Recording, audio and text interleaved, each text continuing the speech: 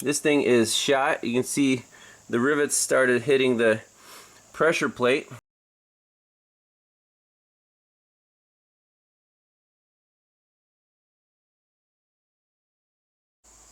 Hi everyone, welcome back to Pine Hollow Auto Diagnostics. Hey, it's not a diagnostic video. We're replacing the clutch on this 2007 Acura TSX 6-speed manual, 193,000 miles. I believe the clutch has been replaced once before, but you know, it's a hot rod, so gotta do what you gotta do. So a couple tips and tricks. If you look at the OEM service info, obviously they tell you to tear the whole front end apart, take the subframe off, use transmission jack, all that stuff with the lift. Well, this job is actually not that bad on the ground, and I prefer to use to do it on the ground so nothing can fall on your head from 6 feet in the air. Even if, I don't know, if I had a lift, I would have to buy more accessories like transmission jacks and stands and stuff. But so the process here, if you think about it, all we need to do is swing the transmission to the side and do what you got to do. You got plenty of room there. So how is that possible? Well, all you have to do is disconnect the steering shaft inside the car right there. You see the hole, and that's all we need to drop this subframe down a few inches. So about that far, maybe 6 inches down, for the transmission to have enough room to slide out of the way from the engine to make room for, work room to replace the clutch. And the cool thing is, the struts here are actually guiding the whole assembly down and taking some load off of it, so you don't need heavy equipment. Just I'm using a floor jack on both sides, and most of the weight here is on the engine, so I'm just supporting it gently from the oil pan. Most of the weight is still on the engine mounts, which you don't have to remove. They actually help so the engine can tilt back and forth, so you can gently guide the transmission away. You can see the axle shaft is still there. You can just kind of move it out of the way with the support bearing. So not a bad job. I think the book time is like 10 hours, which is pretty accurate. So here's the old clutch disc. This thing is shot. You can see the rivets started hitting the pressure plate. So we have the Luke kit. You can see the thickness here of the disc is significantly thicker than the old one. Yeah, it's I don't know, almost twice as thick. So this, it was starting to slip. The clutch pedal feel was not very good. It would start engaging at the bottom, and you have to go all the way to the top to actually have full engagement. So the girl driving it, I mean, I felt bad for her. She said she took a long trip and got stuck in traffic in the city, and she's like, my left leg, it was about to fall off. I'm like, well, with a new clutch, it'll actually feel a lot better. So she was pretty excited about that. So we're gonna pop this in. South Africa. Oh, that's cool. Well, we'll see if this works out. It should. Luke is a good, well-known brand. Also a new throw-out bearing. This one is still serviceable. It's not rough. And we have a locating tool in the kit. So let's put the new clutch in. So here's the new clutch disc. It'll say gearbox side on one side and flywheel on the other. So we'll just, I guess that tool doesn't want to hold it in, so we can put the whole assembly in place.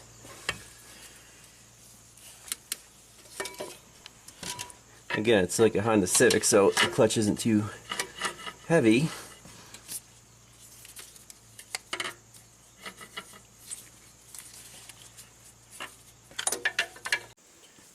So I had to spin the pressure plate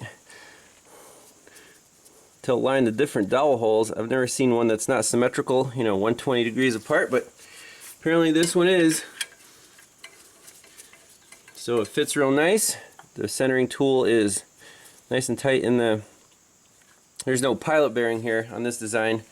It's just kind of a hole to use for your centering tool.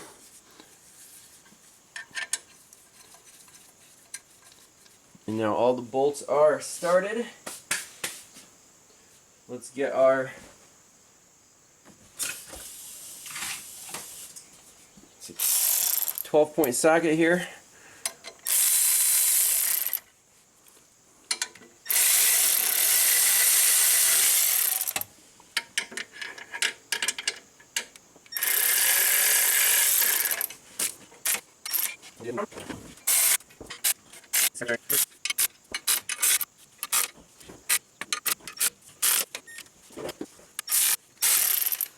Alright, now let's torque these to spec. Don't need that anymore. The spec for the flywheel bolts is 20 foot-pounds. So we're just going to hold the flywheel from spinning with a little pry bar and torque these guys to spec. 1, 2, 3, 4, 5, 6.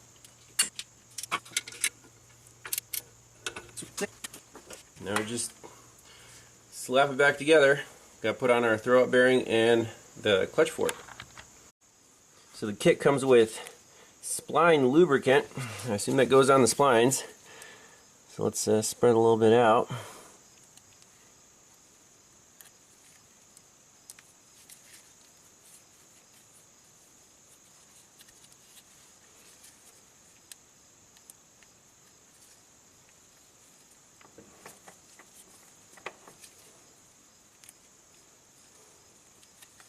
Looks like anti-seize. And we'll put a little bit where the throwout bearing rides. Again, not completely necessary, but might as well. And the clutch fork. Just put a little bit on here where it contacts the throwout bearing itself. And there's already plenty of grease on the pivot ball. Definitely clean off the pivot ball from grime.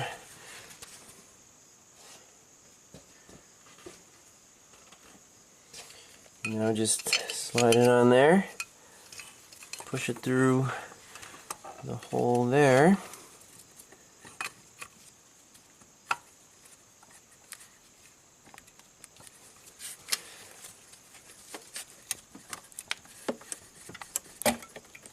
And that's it.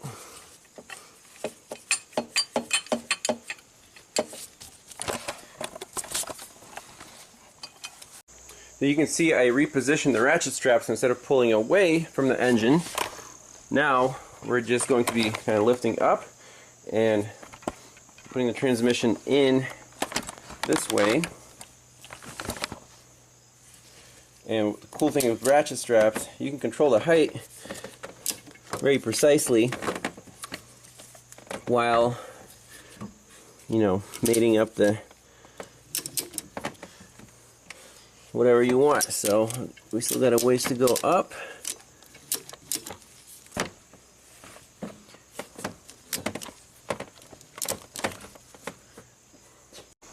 Alright, so the ratchet strap repositioned to this stiffener bar. You see that ratchet strap is pulling up and to the left. This one's kind of just pulling up and forward.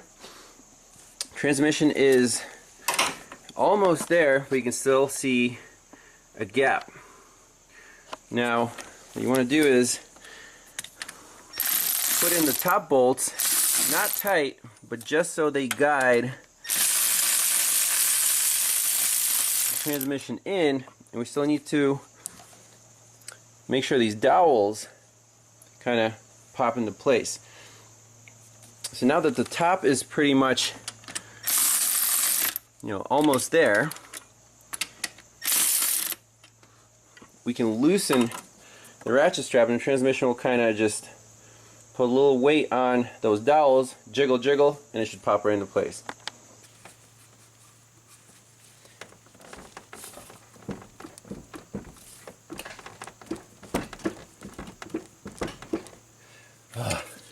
This is usually the hardest part. So now the gap is much smaller, the dowel actually started going in. You're basically home free. You can gently, okay, that bolt was too long. And tighten these up a little bit. Okay, that one's basically flush. That one's basically flush. Alright, the Acura is mostly back together. Just have to put in the radiator battery air box. First I want to bleed out the clutch and make sure it works. So I'm going to step on the pedal a few times.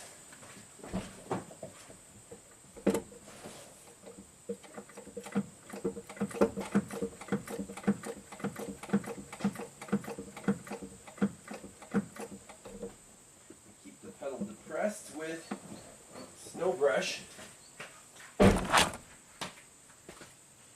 Then just crack the bleeder loose.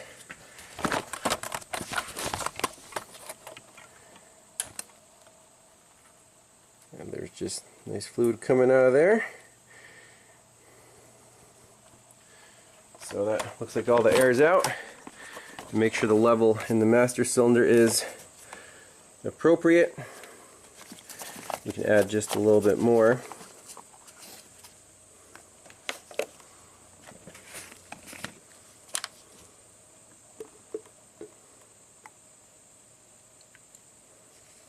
That looks perfect. And this little cap is you want to depress the rubber so it doesn't overflow when you put the cap in.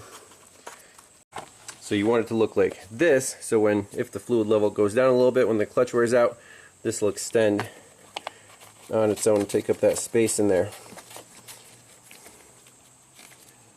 Alright. I think we should be good. Make sure the bleeder's tight. You guys can watch the clutch action there.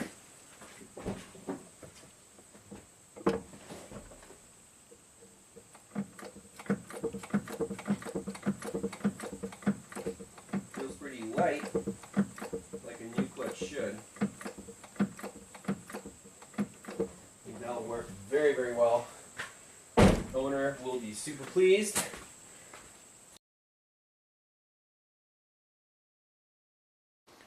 Well, the Acura TSX is back together and it drives oh so nice with the new clutch. Every time I replace a clutch, the driving experience transforms on any vehicle. This one is no exception. A little bonus footage. One of the other customer complaints was this little display that displays your radio station and HVAC system lives up here. It's called the Sub-display for the HVAC and audio. It's intermittent. Sometimes it doesn't work. You tap the dash and it works. So we're looking for cracked solder joints. And to do that, you have to obviously move the whole navigation system out of the way. Not too bad. You take out this center pocket. There's 2 screws underneath, and then this trim piece here and the driver's trim. 2 screws there, hazard switch, 1 screw up here. Pulls right out, and sure enough, at this connector, we see really bad solder joints. It looks like they've been overheated, so let's reflow those, and this thing should be fixed as good as new. So TS100 to the rescue. Let's reflow these joints. Should be a piece of cake.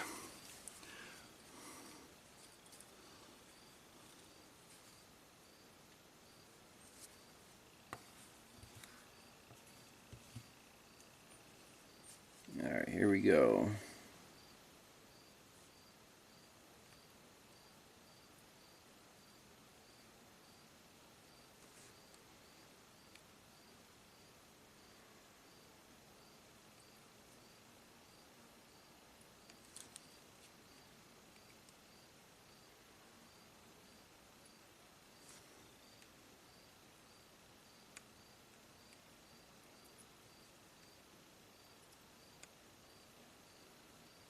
That's it.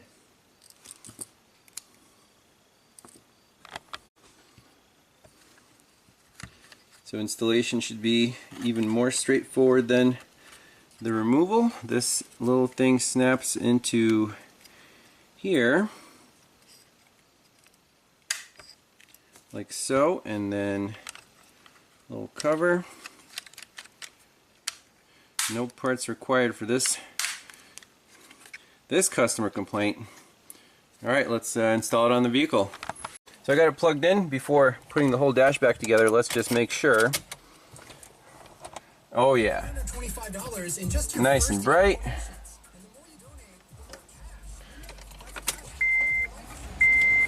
And the temperature shows in the HVAC. I love it. Make sure the brightness control goes up and down. This thing's fixed. Awesome. Alright, almost there. So one screw up here, one right there, one right there, and then you have two of these 8mm bolts, and they just, you gotta kind of do it by feel.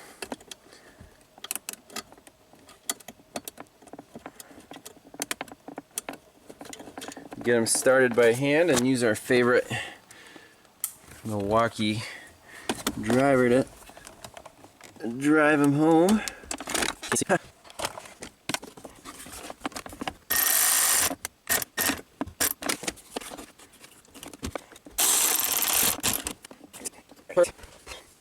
And the little trim pieces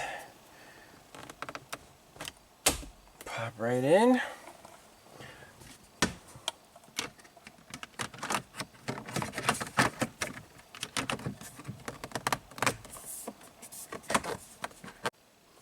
So the hazard switch also just plugs in and snaps into place.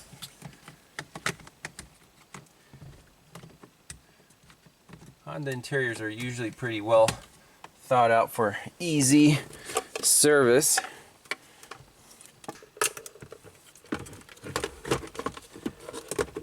World of difference between Honda wiring harnesses and Chevy wiring harnesses.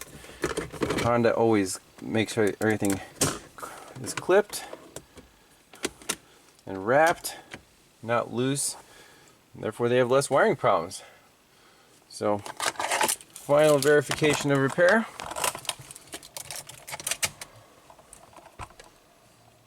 Sweet. Alright, thanks for watching. We'll see you next time. Bye-bye.